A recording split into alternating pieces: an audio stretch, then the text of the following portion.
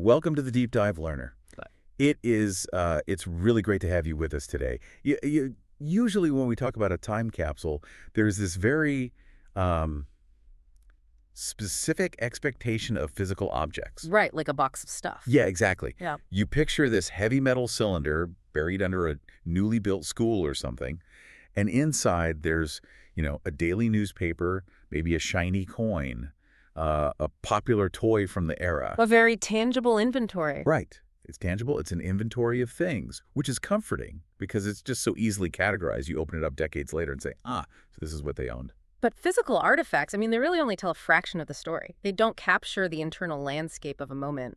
Like, they don't tell you what was actually keeping people awake at night. Which brings us to today's topic, because you can stumble across a completely different kind of time capsule, a psychological one, a document written not to preserve physical objects, but to capture a very specific, totally visceral moment of global human shock. Yeah. And suddenly, that neat metal box is just gone.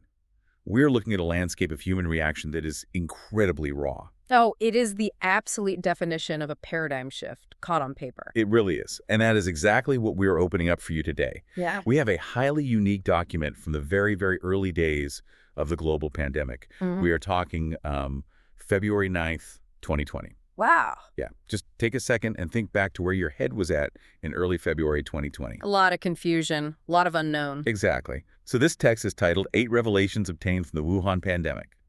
It was written by an author named Su Feng, translated by Qin Yu, and edited by Kanier. Our mission today is to unpack this text, but, and this is important, not as a scientific review. No, definitely not. And not as a medical history, but really as a deeply philosophical and spiritual time capsule. Yeah, and the foundational premise that the author sets up right at the beginning, it's absolutely crucial for understanding everything that follows. Xu Feng writes that all things and, all phenomena in the universe are essentially books without words. Books without words. Right, and that reading these wordless books is a way of communicating directly with what the text calls the greatest creator. So a biological virus is treated as a phenomenon, right?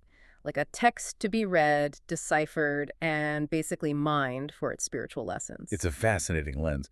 But before we jump into those lessons, we want to be completely clear with you up front, because this text touches on some very deep spiritual claims, some really strong critiques of societal actions, and, highly specific worldviews. So we are strictly remaining impartial. Yes, absolutely impartial. We are just here as your guides today. We aren't endorsing the viewpoints. We're not endorsing the political stances or the spiritual claims contained in this text. Our role is simply to explore these ideas exactly as they are presented in the original source material. Just to see how one group tried to make sense of all the chaos. Exactly. We are essentially looking through a window, right? Just observing the mechanics of how human beings construct meaning when the world suddenly stops making sense. And what a window it is, honestly. This text takes us on a real journey. It moves from practical, almost stoic life advice to deep spiritual fatalism, and ultimately to a really radical vision of community sacrifice. It covers a lot of ground. It really does. To start, the author tackles the sheer whiplash of reality. The very first revelation is about how unexpected things happen instantly. And the author warns against two very specific extremes. They say, do not be arrogant when you are at a high point in life, and do not be discouraged at a low point. And the reasoning providing for that is that the fabric of reality can shift overnight. The author points out that you can wake up and find everything spinning in the exact opposite direction. The arrogance we feel during the good times, it basically comes from a false assumption of a linear trajectory. We assume tomorrow will look like today, just slightly better. And the virus completely shattered that linear trajectory. Spinning in the opposite direction? Yeah. Man, it captures that vertigo of February 2020 so well. You go to sleep thinking about your weekend plans and you wake up wondering how to secure basic groceries. Totally. Which feeds right into the author's next major point, right? Revelation 2. The absolute urgency of the present moment. The text argues that the most important thing in life is to act right now, when things are calm, because the future is completely unwritten. Right, because we may never actually get the chance to fulfill those long-delayed wishes. Yeah. Human beings have a very strange habit of hoarding the present for a guaranteed future. We delay gratification to an extreme degree, just assuming time is an infinite resource. Oh, 100%. It makes me think of hoarding your vacation days at work. Oh, yeah. Or Saving the good china for a special occasion, only to realize that the very concept of a special occasion has just vanished overnight. All that deferment suddenly feels deeply foolish. Yeah, that's a great way to put it. Using that analogy, the author is essentially saying the shock of the virus fundamentally strips away our hubris. Before introducing any of the deeper spiritual frameworks, the text establishes this baseline of utter vulnerability. It basically forces the reader to confront the illusion of control. By stripping away the assumption of tomorrow, you are left completely exposed in the reality of today. So if our assumptions about time are an illusion, and our plans can vanish overnight, what happens to everything we've built? Like our resources, our safety nets? Well, the text does not offer much comfort there at all. No. No, it transitions directly into the complete failure of earthly power. The author states that in times of true foundational helplessness, everything society tells us is important. Your money, your political power, your social status, your material wealth, it all becomes completely useless. Yeah, and the text goes even further. It specifically notes that even your closest friends, your relatives, and your well-connected associates, they won't be able to help you. None of them. None of them. In a moment of ultimate structural crisis, the author claims you can only rely on two things: yourself and the greatest creator. Your earthly Rolodex just has zero value. Which is, that's a terrifying thought for anyone who has spent decades curating a safety net of wealth and elite connections. Oh, absolutely. But this is where the author's worldview gets really distinct. The text starts tackling the origin of the virus itself. And remember, learner, in early 2020, everyone was desperately trying to figure out where this came from. Right, the origin story was everything back then. Exactly. Yeah. But the author says the origin essentially does not matter at all. Whether it was arranged by God, spread from animals, or artificially created in a lab, they say the origin is completely irrelevant. And the mechanism behind that irrelevance is a concept the author calls inevitability. Inevitability. Yeah. The text states that things happen with inevitability and everything is inevitable. It frames this not as a guess, but as a fundamental truth discovered while exploring the mysteries of the universe. Because everything is inevitable, our life and our death have already been planned out. Right. And it introduces this concept of merits. The author explains that if you have enough merits, something called the Tao would have already arranged for you to be in a safe zone. But if you lack merits, you just can't hide from misfortune. No matter how many resources you throw at the problem, no matter how hard you try to avoid it, you cannot prevent it. And the text punctuates this with a really heavy statement. It says, to die right now is not necessarily a bad thing, and to continue living is not necessarily a good thing. Yeah, it is a very absolute, uncompromising view of fate. The concept of merits here acts almost like a spiritual frequency. Like a frequency? Yeah, it isn't a currency you use to buy a physical bunker, right? It is a state of being that aligns you with the natural flow of the universe, the Tao. Okay, wait, I have to pause and push back on this a little. Yeah. Because I imagine you listening right now might be thinking the exact same thing. If I am reading this and I accept that everything is totally inevitable and my survival is basically predetermined by these unseen merits, doesn't that just lead to total paralysis? I see where you're going with this. Right. Like, why bother washing our hands or wearing a mask or seeking shelter if our fate is already sealed? It sounds like a philosophical recipe for giving up entirely. Yeah, and that is the standard modern reaction to fatalism. We equate acceptance with surrender. But if we analyze the author's intent within the psychological context of a terrifying, unprecedented pandemic, this concept of inevitability serves a very specific active function. Okay. It isn't actually advocating for reckless, self-destructive behavior. It is offering a psychological shield. Interesting. Walk me through the mechanics of that. How does believing my fate is sealed act as a shield? Think about the actual mechanics of human panic during a crisis. Panic doesn't just come from the threat itself, right? It comes from the desperate, frantic attempt to control something that is fundamentally uncontrollable. Right. Panic lives in that gap between what you want to control and what you actually can control. By introducing the concept of inevitability, the text forcefully closes that gap. It explicitly says that understanding this truth allows you to face developments and changes calmly. It strips away the anxiety of logistics. Oh, I see. So it's about removing the mental exhaustion of trying to outsmart a global phenomenon. Yes, exactly. If you believe your safe zone is already arranged based on your spiritual merits, you stop hoarding toilet paper. Yeah. You stop frantically trying to bribe your way onto a private jet. You probably still wash your hands, but you don't lose your mind if the water gets shut off. You just accept what comes. Right. It is a coping mechanism designed to maintain a profound spiritual equilibrium when the physical world is descending into total chaos. Wow, okay, I get that. It provides an internal anchor. And once the text establishes that internal spiritual anchor, it turns its lens outward. It moves from how the individual should process the virus to a very sharp, very critical observation of how society and governments were reacting in reality. And again, keep the timeline in mind here. This is February 2020, the dawn of the mass societal shift. Yeah, the early days. The author draws a very deliberate semantic distinction between the concept of isolation and the concept of lockdowns. The author states that isolation has been a wise and beneficial way to prevent plagues since ancient times. But then the text immediately pivots to condemn the modern lockdowns of roads, villages, and cities, calling them a definitively bad strategy. And the language used here is really evocative. The author claims that lockdowns cause suffocation and coldness. The text says that when we shut people out from affected areas, despair doesn't just envelop the people who are locked out.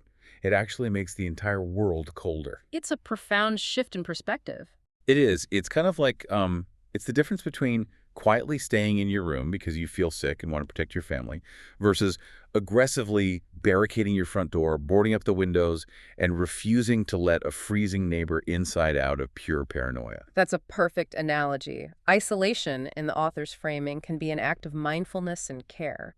Barricading the door is an act of pure fear. The author is looking at the public health response and seeing not safety, but spiritual suffocation. Spiritual suffocation. Right. The argument being made is that the spiritual and emotional damage caused by fear-based policies, the breakdown of human empathy, is ultimately a far greater threat to the fabric of civilization than the biological virus itself. And that really becomes the central theme of the author's critique of society. They observe the human selfishness playing out on the global stage. They point specifically to countries rushing to evacuate their own citizens from overseas, nations completely disallowing people from entering, the closures of roads, sealing off entire communities. All of it. Yeah. To the author, all of this frantic border closing is absolute proof that the world is still incredibly cold and people are fundamentally selfish. And then the text moves from observation to a philosophical ultimatum. It states that each of us should be thinking about how to let the light of love shine everywhere to warm everyone's hearts. If we don't do that, the author argues, humanity will never reach what they call the pinnacle of civilization. That phrase, the pinnacle of civilization, it really stands out to me. Because we typically measure the peak of human civilization through completely different metrics. Oh, entirely different. Like we look at technological advancements, gross domestic product, or the ability to rapidly sequence a virus and mass produce a vaccine, But this text completely redefines the metric. It argues that the true pinnacle is measured entirely by warmth, by the capacity of a society to spread love and avoid shutting vulnerable people out during a terrifying crisis. Yeah, it is a wholesale rejection of the survival of the fittest mentality. I mean, widespread societal panic usually triggers a tribal instinct, right? Protect your own, wall off the outsiders. The text views that reaction not as a necessary, pragmatic public health measure, but as a profound spiritual failure. Which leads us to a really interesting dilemma in the text. If society's institutional responses, the barricades, the lockdowns, are failing us spiritually, and if, like the author established earlier, our inner circles of rich and powerful friends are fundamentally useless, Right. who is actually left to save us, how do we survive this? And the text answers that by radically redefining what community actually means. We see this clearly as the author moves into the final revelations. It starts with an observation about how human relationships actually function when the pressure is truly on. Yeah. The author notes that at critical life or death moments, the people you expect to help you, your established relationships, your close friends, often simply cannot, but strangers will. Which is wild. And the practical takeaway the author draws from this is fascinating. They conclude that we shouldn't waste our lives and our precious energy trying to establish exclusive relationships with a small, elite group of people. Exactly. Instead, we must treat literally everyone we meet equally and with respect, because we never know who will be the exact person to pull us out of a predicament. It advocates for a very pragmatic kind of egalitarianism. The systems we spend our lives building to protect ourselves, our class, our status, our gated communities, they just collapse under the weight of a true paradigm shift. Right. The person who ends up holding the key to your survival isn't your well-connected associate. It's the random person you cross paths with on the street. And the text then introduces a proverb. Good fortune lies within bad. Yeah. Bad fortune lurks within good. Mm. The darker the hour, the nearer the dawn. It's beautiful. It is. It's a plea for people to hold on to their beliefs and their conscience. But the author doesn't just leave it at abstract philosophy. They provide a real-world test of these ideas within their own specific community. Right. The author, Shufeng, explains that they conducted a survey among over 100 members of their own group, who are referred to in the text as Chanyuan Celestials. Okay. They posed a simple but incredibly severe question to this group. They asked, what would you do if one of your fellow members was infected with this highly contagious, potentially deadly virus? And the response they report is stunning. The text claims that 70% of the young Celestials answered without hesitation. They stated they would neither betray nor shun the infected member. Wow. Instead, they would step forward to take care of them, giving the hope of life to their brother or sister, even if it meant risking their own death to do so. And the document concludes by asking the reader directly, what do you think of our Chanyuan spirit? It is a powerful rhetorical device to close on. But, if we look closely at the architecture of the entire text, it also presents a massive thematic tension. Yeah, I'm looking at my notes here, and I'm struck by what seems like a massive contradiction.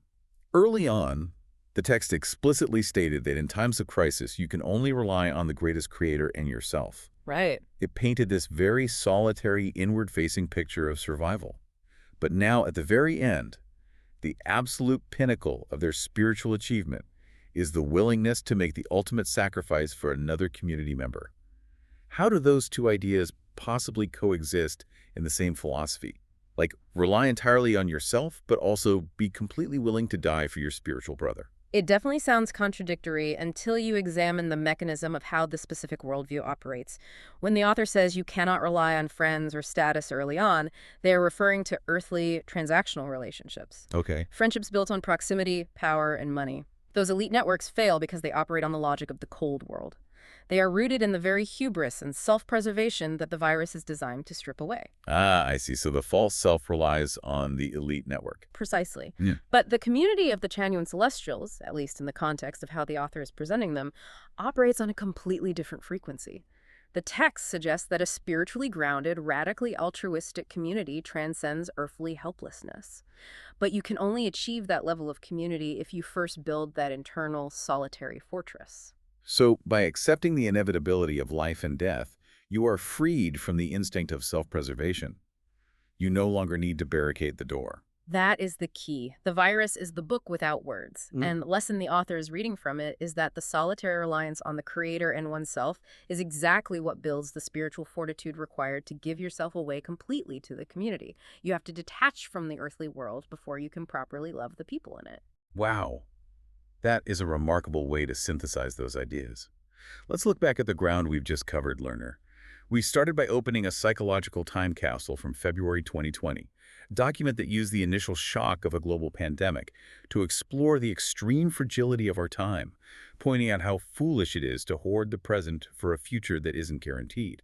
And we examined how the author used the concept of inevitability and spiritual merits to strip away the illusion of earthly status, providing a psychological shield against the exhausting panic of trying to control the uncontrollable. We looked at the sharp semantic critique of societal responses, observing how the author viewed fear-based lockdowns as a spiritual suffocation that makes the world colder, starkly contrasting that with the ancient mindful practice of isolation. And finally, we explored a radical redefinition of community, a worldview where standard hierarchies collapse, and the ultimate measure of a civilization's peak is not its technology, but its warmth.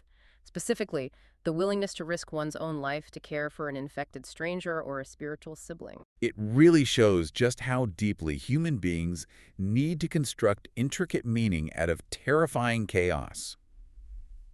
Which brings us to the end of our deep dive today. And as always, we want to leave you, the listener, with a final thought to mull over as you go about your day. Think about that final survey the author conducted. Think about your own network right now. We spend vast amounts of time curating our professional connections, nurturing our insular friend groups, and building our own little safe zones. But if a crisis struck tomorrow, one that instantly rendered all your status, your bank accounts, and your carefully managed contacts utterly useless, Right. Who are the strangers in your periphery that you have been overlooking? And perhaps the even more difficult question to ask yourself is this. If the world suddenly spun in the opposite direction, would you have the courage to be that stranger for someone else? Keep that in mind the next time you find yourself burying a physical time capsule or, simply hoarding the good china for a special occasion. We will see you on the next deep dive.